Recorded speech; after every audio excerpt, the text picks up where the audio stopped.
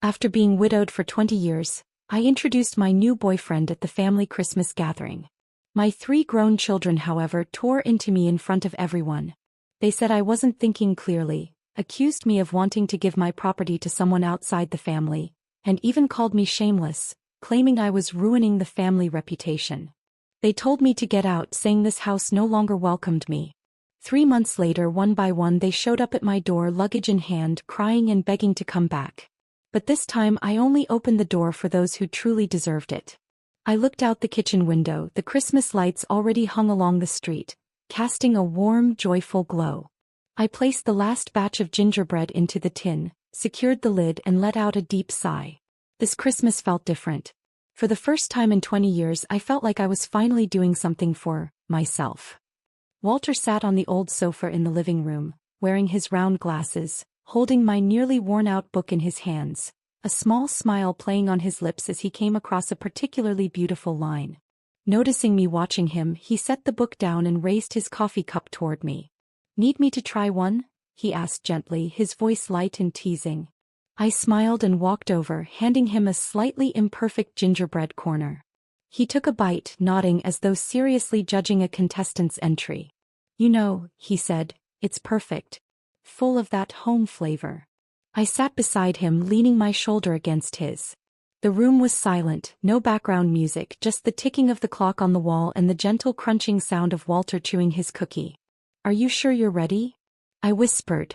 "Ready for tomorrow?" he asked, lowering his voice. "Yeah." He smiled and lightly covered my hand with his. "Maggie, they're your children. You don't need to apologize for finding love." I didn't respond right away. I just stared at the Christmas lights on the mantel, pausing for a few seconds in silence. I knew I shouldn't apologize, but that old, unfounded guilt still lingered. When Frank died 20 years ago, James had just graduated from college, Amy was still at community college, and Ethan hadn't even gotten his driver's license yet. I had dedicated my whole life to them. I worked during the day, cooked at night, and babysat for them during the holidays, never once considering a fresh start. Back then I even thought widowhood was a luxury I couldn't afford. But then that day in the library, the one near the harbor with its old wooden floors, I was flipping through books in the poetry section, and Walter was across from me. He was looking for a collection of Emily Dickinson's poems. I remember he suddenly looked up and asked seriously, "Do you think when she wrote, 'Hope is the thing with feathers,' she was comforting herself or someone else?" I looked into his eyes, and it was like I suddenly understood a language I hadn't known before. It wasn't falling in love, but understanding. That understanding was more steady, deeper, and longer-lasting than love. That year we watched 17 classic films together, 3 of them at an outdoor screening at the museum. We went to the Rose Garden in Santa Barbara, where he bought me an old wooden comb, saying it was classic and beautiful.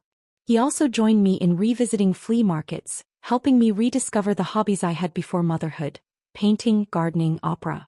He said my laughter was more valuable than the treasures in the museum. Now I wanted to introduce this man to my children. I wanted to say, "You don't have to like him, but please respect him and respect my decision. Because he is the truest joy I have right now." Walter seemed to sense I had drifted back into my memories. He turned toward me. "What's worrying you now?" I shook my head. "I just don't want tomorrow to feel like Judgment Day." He stood up, picking up the small gift bags I'd prepared for each of the kids, each one adorned with a note I'd handwritten myself. James's was a collection of old movie tickets, Amy's was a deep green scarf I'd knitted from wool, and Ethan's was a limited edition jazz vinyl. "You're too kind," Walter murmured. "They won't turn down a mother who's this gentle and dignified." "But they might reject a widow who remarried," I mumbled, my voice nearly swallowed by the couch. He paused for a few seconds, then gently placed the gifts back on the table, helping me to my feet. "Let them reject us, Maggie. Tomorrow we'll walk into their home not to beg for their acceptance, but to proudly show them our happiness." I nodded. The sea breeze outside suddenly turned gentle, like an old blanket, quietly wrapping around my shoulders. I knew tomorrow I would tell myself, "I've followed the rules long enough. It's time to make decisions for myself." By the time we arrived at James's house, Christmas carols were already playing in the living room. Their decorations were always well thought out. The star at the top of the tree, encrusted with red jewels, was something I had given them over a decade ago, back when James and his now estranged wife had just moved into this 3-story house. That star still sat on top, but no one ever mentioned where it had come from. Walter and I stood at the door and rang the bell. He gave my hand a reassuring squeeze, small but enough to settle my nerves. Amy opened the door. She was wearing a bright red sweater, and her smile faltered for a brief second when she saw Walter. "Hi, Mom," she said, her voice flat. She glanced at Walter. "You are?" I was about to speak when James's voice called from inside. "Is that you, Mom?" He walked out dressed in a sharp suit, a white shirt crisply pressed. He looked like he was ready for a client meeting, not a casual family gathering. He stood at the door, looked at Walter, and his expression was devoid of surprise, more of a cold, assessing gaze. "Come on in," he said, his tone indifferent. As we stepped inside, Ethan popped his head out from the kitchen, a chunk of cheese still in his mouth. He stopped when he saw Walter, frowned, and didn't say a word. I cleared my throat and said, "Kids, I'd like to take this opportunity at our Christmas gathering to introduce someone very important to me." "Important?"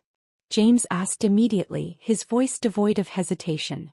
I nodded and motioned to Walter. "I'm Walter Hayes," he smiled. "It's a pleasure to meet your family." Ethan set the cheese down, leaned against the kitchen doorframe, and gave us an impatient look. Amy smiled politely but lowered her gaze, clearly not wanting to engage. James sank into the sofa with a deep sigh. "Mom, do you realize how old you are?" he said without even looking at me. I was stunned, but before I could respond he added, "You want to spend your later years with a stranger? You really think we're going to support you in this?"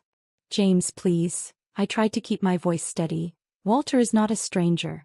We've known each other for a year. I want you to meet him, to understand." "Understand?" Amy suddenly scoffed. "If we all acted like you, dating at over 60, what would people think of us?" Ethan interrupted. "Do you think you're still 30? Let me tell you the truth, Mom, nobody is going to want to clean up your mess.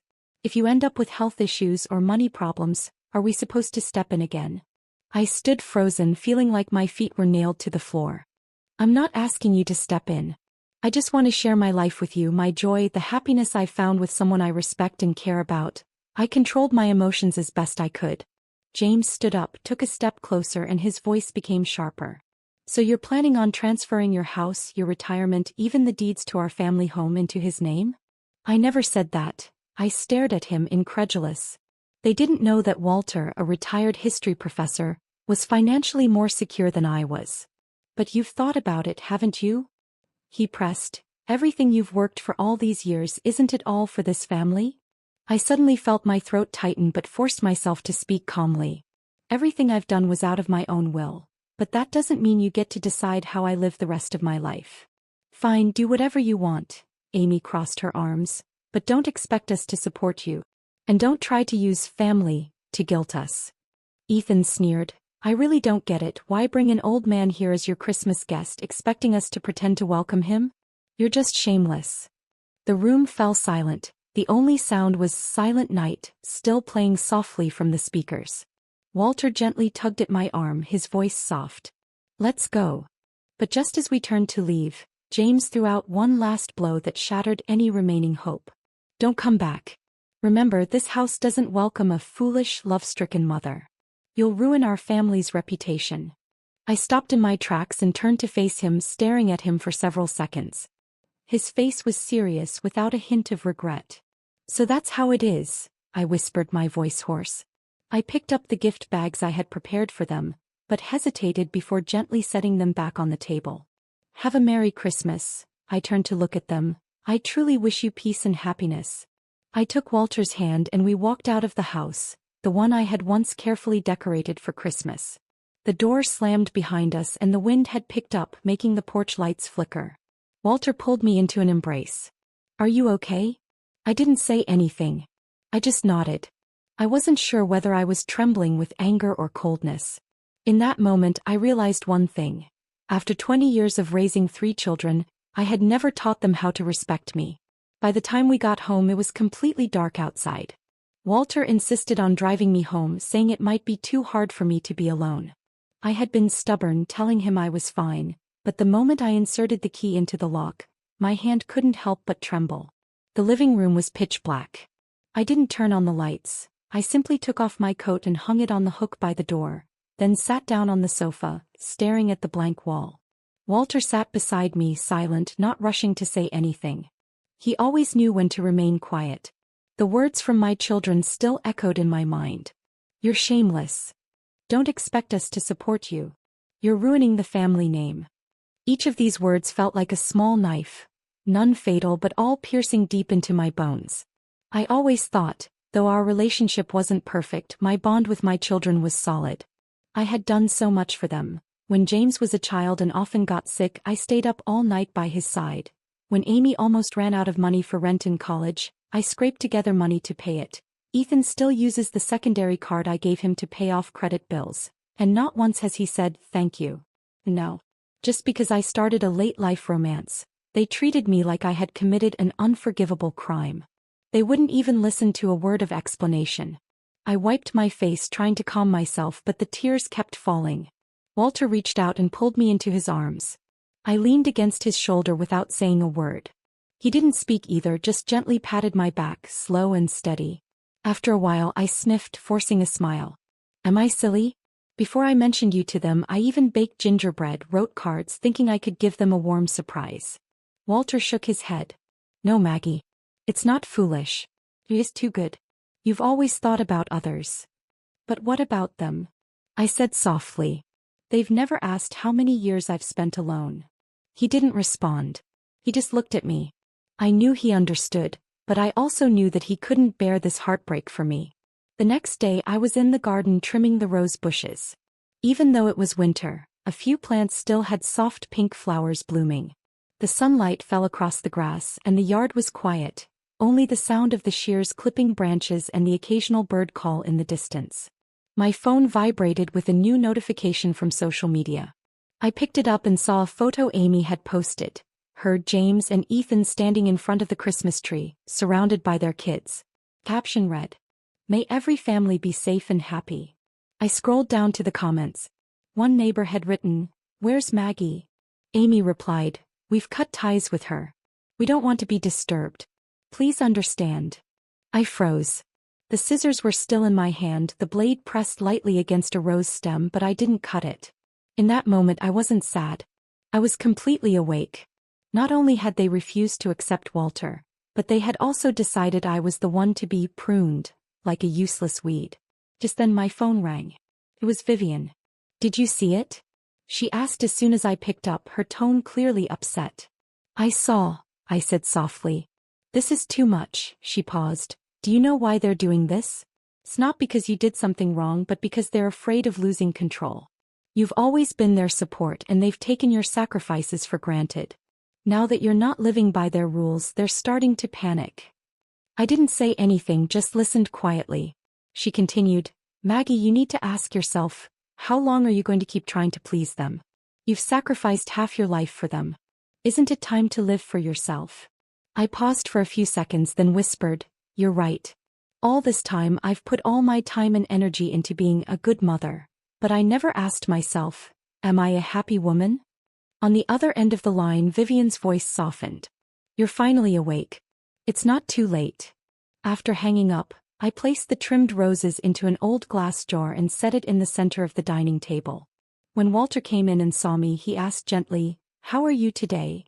"Better than yesterday." I paused. "Walter, I want to change some things." He sat down and looked at me seriously. "I don't want to live for anyone anymore, and I don't want to keep forcing harmony just to please others. I want to start with myself, take the first step." "How do you want to do that?" he asked. I stood up, walked to the study, opened the drawer and pulled out the account and property documents that hadn't been touched in years. "I want them to know I'm not their default ATM, nor am I a mother they can toss aside whenever they please." He nodded, his gaze soft but firm. "I'll always be by your side." In that moment, I knew my true home was no longer in that 3-story house, but in a place where someone respects you, supports you, and is willing to stand by your side. I had been kicked out of their home, but from now on I was going to welcome myself back into my true life. I spent the entire afternoon organizing all the financial transactions between me and my children, one by one. I had never done something like this before. Over the past 20 years, Every time they asked for help, I automatically said yes. Whether it was James's failed investments, Amy's overdue rent, or Ethan's maxed out credit card, I'd always thought, they're my children, I can't just ignore them. But now I finally understood some of that helping wasn't out of love. It was out of a guilt-driven habit. That habitual self-sacrifice was an invisible shackle. I thought it was family love, but in truth, it was self-exploitation. I dialed my bank account manager's number and my voice was calmer than I had expected. Hello, this is Margaret Delaney. I need to cancel a few authorized secondary cards. Which cardholders? I spoke Ethan's name clearly, one word at a time. There was a brief pause on the other end and then they replied, understood. The card will be frozen within 24 hours, and it will be deactivated in the system thereafter. I nodded. Hey. Also, I need to set up individual bill alerts, with all major transfers requiring my approval first. When I hung up, I didn't feel any hesitation, only a long-forgotten sense of relief. The next day I contacted our financial advisor. Yes, the house, the one I had worked hard for, scrimping and saving after Frank passed away over the span of decades, was still considered by my children as reserved property. Amy had even privately said to me, Mom, if you ever pass, that house will be mine. It'll be perfect for me and the kids. At the time I didn't respond, just smiled. Now I picked up the phone and said, I'm planning to sell the house. He double-checked the address and after a brief hesitation asked, the one in East Haven? Yes, that one. I'll clear it out before spring. You can start preparing to list it now. I could hear the shock on his side, but he quickly replied, no problem. I'll prepare the materials. After that, I sent Amy a brief message. The house will be listed for sale next year. You'll need to start finding alternative housing. I'll give you plenty of time to adjust, but don't hold any illusions. It took less than 5 minutes for the phone to ring. It was, of course, her. Mom, what is this about? Her voice was already tinged with emotion. You promised you'd leave the house to me and Emma. I never said for sure, Amy. I only said we'll talk about it later. Is this because of him? Did he convince you to do this? No one convinced me. This was my decision, I replied calmly. She was silent for a few seconds before her voice began to shake. You're crazy, Mom. You've given us your whole life and now for some outsider you're pushing us all away. He's not an outsider. I interrupted her. Walter respects me more than any of you. He's never ridiculed me for my age, my status, or my past choices. And you, just because I'm starting a new chapter in my life, you shame me, abandon me. She tried to say something more, but I didn't give her the chance. I've made myself clear. What you decide to do next is up to you. I won't consider, arrange, or bear your burdens for you anymore. I hung up and placed the phone on the dining table, taking a deep breath. Then I looked at Walter. He stood in the kitchen doorway, his eyes filled with a gentle pride. You know. I walked over to him, leaning against him. I've never been so sure that I'm not their tool, nor am I just their emergency wallet. He kissed my forehead lightly and said, This is the woman I know. In the following days I canceled all the secondary credit cards and cleared out all the automatic transfer setups from my account. Amy's tutoring fees, Ethan's gym membership, James's emergency backup card that was never paid back. Let them figure it out themselves. Then I started organizing my own life. I bought perennial plants from the garden center, ones I hadn't dared to get for years. I booked a small trip for Walter and me, not a family visit or helping the kids, but simply, we want to go. I took down the family memory frame that had hung for 20 years and replaced it with a picture of Walter and me in front of a used bookstore, on a day when the sun was warm, and the way he held my hand seemed to say, I'm always here. None of these things were written in the Bible, family rules, or recommended in any motherhood guide. But each step made me feel closer to living for myself. They never imagined I would truly walk out of the house that had confined me, no longer serving them tea, no longer covering for them. They also never imagined I would one day stand on my own side. This wasn't rebellion, it was a choice. I'm not a rebellious mother, I just finally understood. No matter how old a woman gets, she can refuse to be consumed and choose to be cherished. The house I had originally planned to leave to Amy in East Haven, about a 20-minute drive from where I now lived, had always been a source of contention in my mind. At first I had intended to leave it to her and Emma. The house was near the community hospital where Amy worked. The location was convenient, and the front yard had an oak tree I had planted many years ago. But now, the swing under that tree had rusted, and Amy had never taken the initiative to care for the house. That evening, Amy and Ethan showed up at my door one after the other. No call, no hesitation at the door, just the smell of conflict as soon as they walked in. Are you really going to sell the house? Amy stood in the middle of the living room, her expression tight. You didn't even discuss it with me? Ethan leaned against the doorframe, his hands in his pockets, looking like he was just there to cheer her on. I don't need to discuss it, I said calmly from my seat at the dining table. It's my house. But you've already hinted that it's mine, Amy raised her voice. I'm raising Emma alone, you know how hard it is to rent. You're just selling it off. Did that old man convince you to do this? Walter didn't influence any of my decisions, I interrupted her. I just realized that my past hints to you were actually feeding into your expectations. I don't want to keep doing that anymore. Ethan chimed in. So you're going to rely on Walter for your retirement? Do you even know how much he has? Aren't you worried you'll get scammed? I looked at him, my voice cold. Ethan, I still remember your credit card bills every month. You use my secondary card and yet you question how I spend my own money. His face stiffened, but he didn't respond. I stood up, pulled several documents from the drawer and placed them in front of them.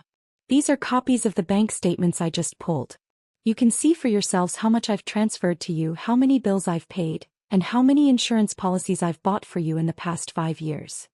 Amy looked down, flipping through the pages, her expression darkening with each turn. You're not kids anymore. Ethan, you're in your 30s, Amy, you're a mother yourself. What I've done for you wasn't an obligation, it was out of love. But love isn't a given. I watched them, both silent, not daring to argue. I'm canceling all the secondary cards. Starting next month, I won't be paying your bills, your insurance, or your tuition. Not a single penny. Amy slammed her hand on the table, unable to contain her anger. Are you out of your mind? You're giving your whole life to some outsider. And who else do you think would be willing to take care of you? Ethan shouted back, almost mocking. When he gets sick and leaves you, you'll regret it. The last shred of warmth in my heart shattered. I slowly stood up and looked at them. Did you ever think about the 20 years of loneliness I've spent living alone? Did you ever wonder who stood by my side when I needed companionship?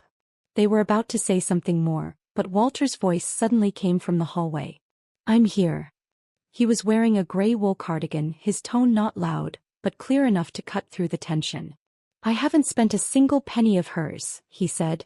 In fact, I opened a new medical fund account for her, joint account.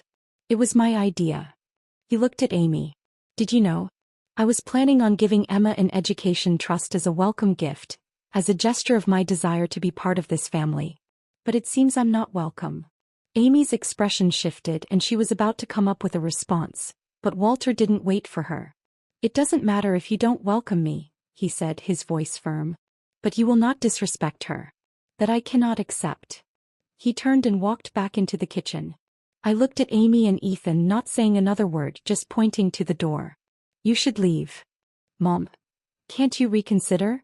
Amy's voice softened slightly, like she was trying to salvage something. I interrupted her. Don't say anything. I'm very clear now. What you care about has never been me as a person but what I can provide. They stood there motionless. I took a deep breath, walked over and opened the door for them. I won't kick you out of my life, but I will not let you control my life anymore. They finally left, and when the door slammed shut behind them, I sat down in the chair, unmoving. Walter came over, placing a cup in front of me. It was my favorite lemon tea, the steam gently rising from the cup. This time you've truly let go, he said. I nodded. I don't owe them anymore. I've paid my dues, I whispered. I don't know if every woman at 66 has the chance to start anew. But now I know that I do. Walter and I went to Monterey, staying in a small hotel close to the beach. At night, I could hear the sound of the tide washing over the sand.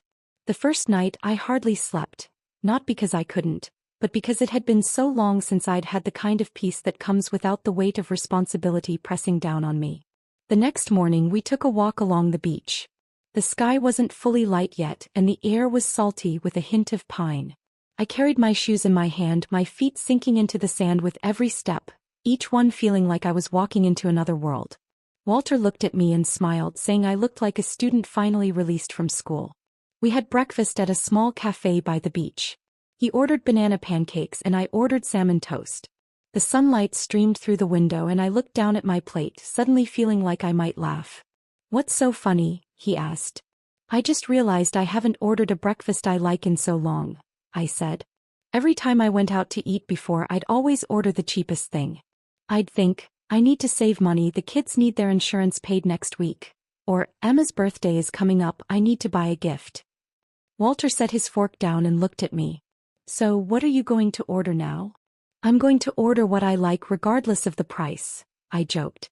After that breakfast, I finished an entire book on the hotel balcony for the first time, without interruptions, without checking my phone, without anyone calling me mom, or asking me to do anything. I was just myself. A woman who loves gardening, literature, old movies, and walking along the beach. When we got back home, Walter and I went to the cultural center where his daughter worked. Her name was Carla.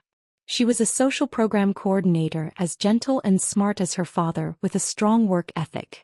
She warmly welcomed me and invited me to join a mature women's roundtable project they were organizing for the community. At first I hesitated, but I agreed. At the first meeting, there were 7 women in the room.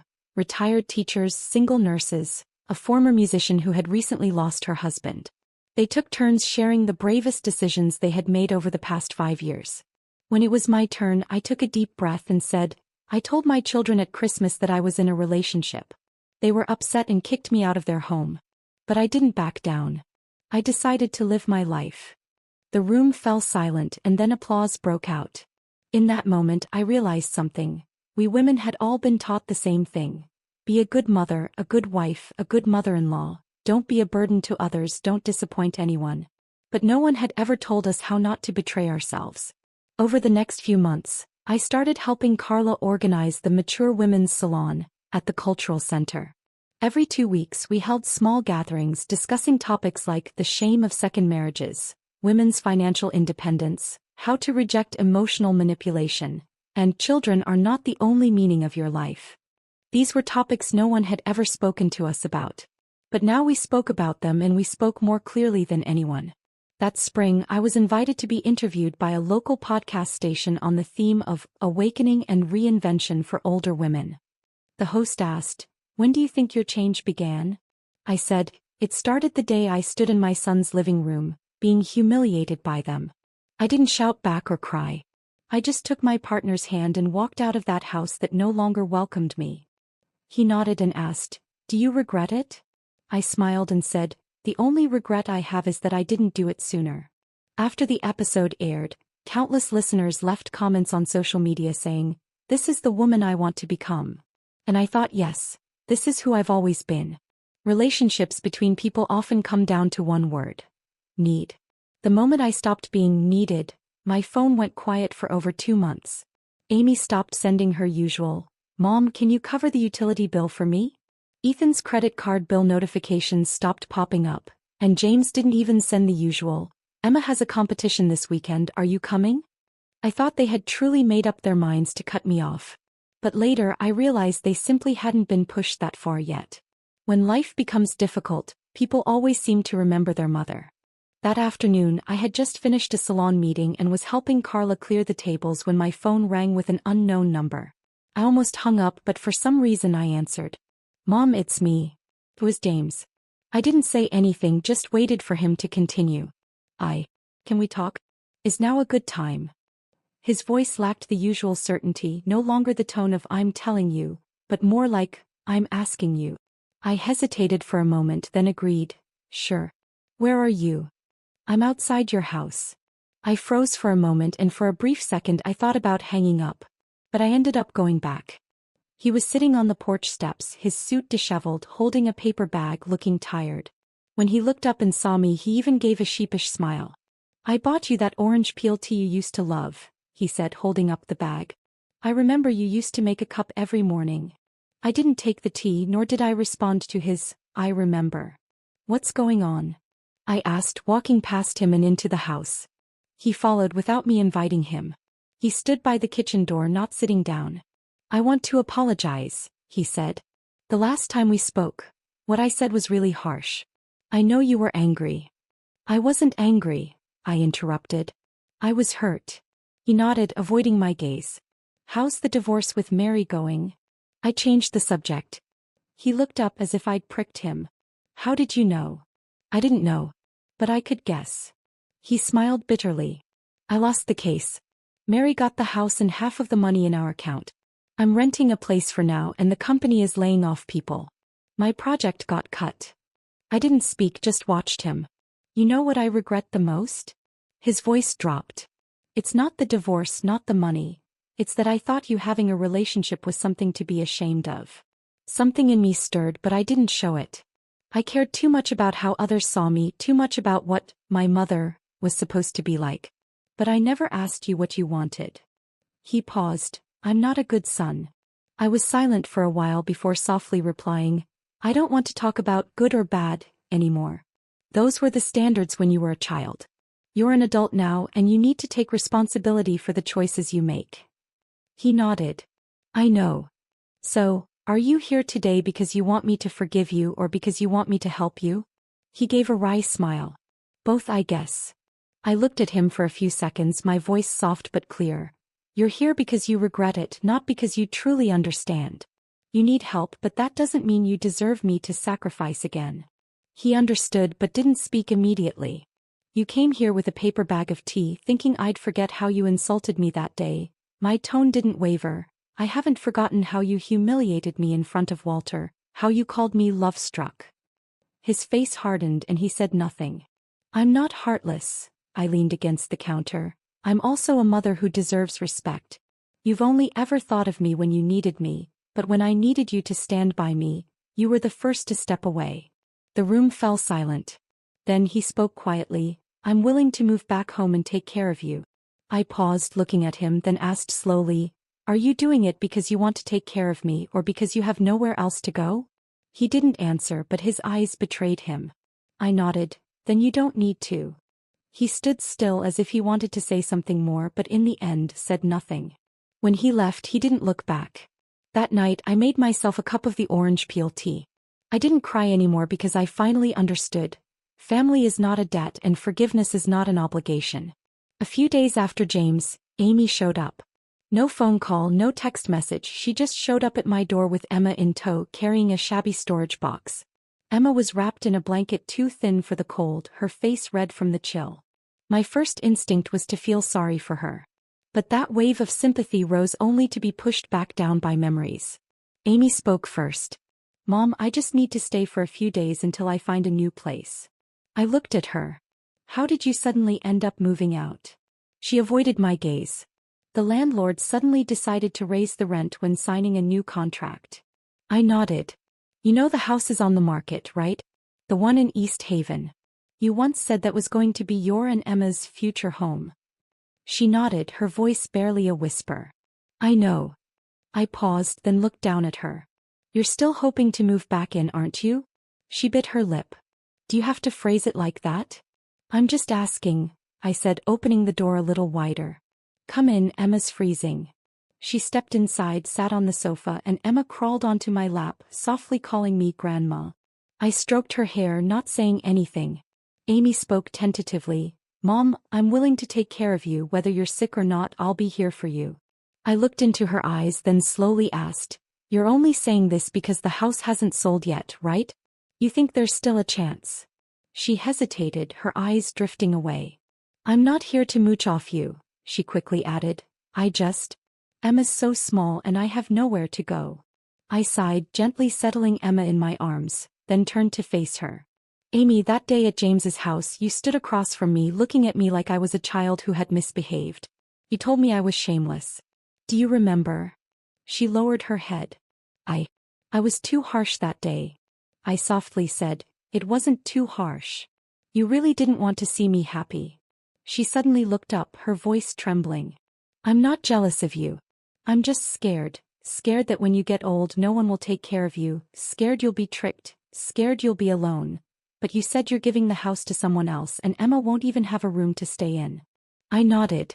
You're not scared of me being lonely. You're scared of losing your backup, the safety net you've always had. She bit her lip and didn't respond.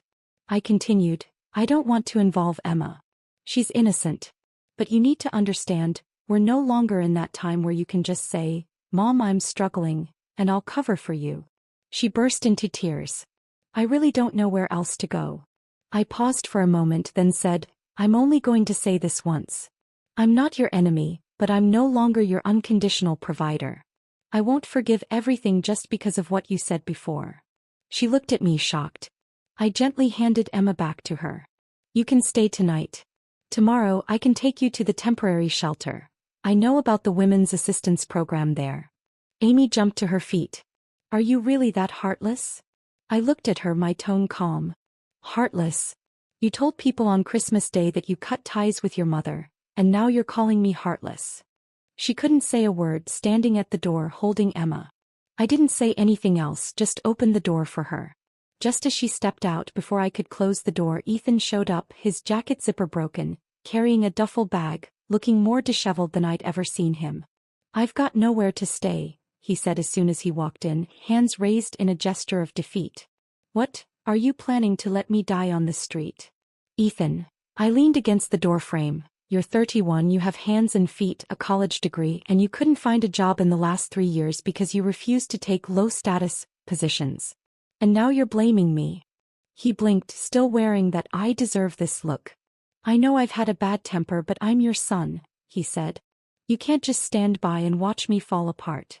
I looked at him silently for a while before speaking. You guys called me love-struck, said I was a disgrace, said I ruined the family name. You kicked me out that day. Now you've got nowhere to stay, no money, no one to care for you, and you want to come back and be my children again. I sighed. It doesn't work like that. They stood at the door, Amy crying as she said, Mom, we were wrong, please give us another chance. I shook my head, speaking softly. Now that you regret it, it doesn't undo the things you said to me.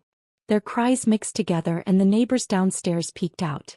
I didn't say anything more, just dialed the community security number. Hi, it's me, Maggie from House 3. A few people are gathering outside my door. Can you send someone over? Less than 10 minutes later, 2 security patrols showed up. I locked the door and only spoke through the crack. They told me to leave before. Now please make them leave. After the storm, I thought I would go through a tough, lingering low point. But I didn't. What truly weighed me down wasn't they're gone. It was realizing that for all those years, I had always believed that beyond being a mother, I had no other identity. Now that I had finally shed that role, I thought I would feel empty, but instead, it was as if I had removed a leaden coat that had been pressing down on my shoulders. When spring came, the first clematis bloom appeared on the balcony. Walter took a picture of it and shared it in our small community salon group, with a caption that made me laugh out loud. One of the most loyal companions in retirement.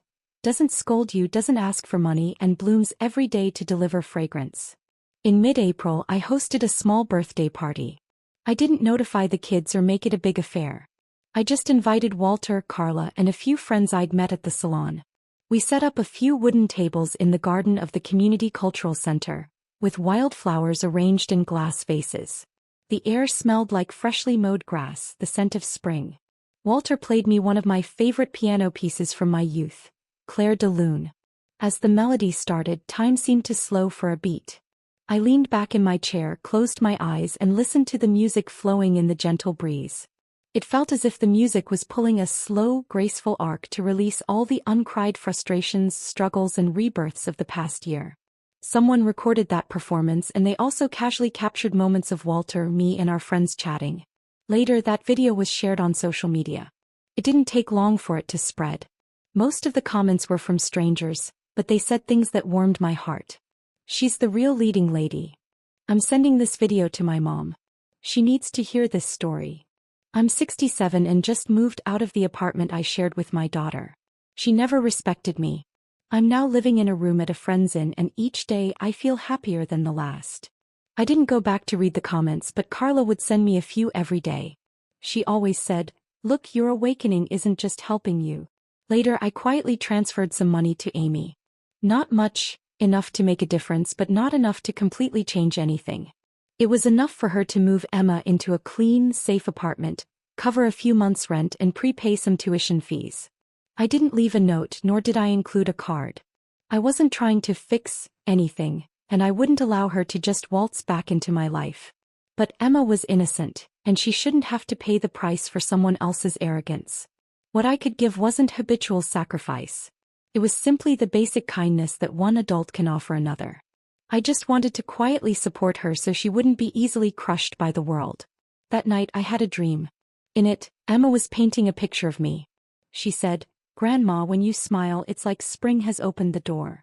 I thought perhaps this is the image I want to leave behind. Not one of resentment, not one of people-pleasing, but one that comes like spring, clear, bright, and without apology.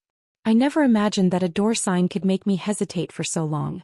That morning, Walter pulled out a piece of oak from the garage and said he wanted to replace our door sign. He told me that if I was willing, he'd like to add his name to it. I didn't answer right away.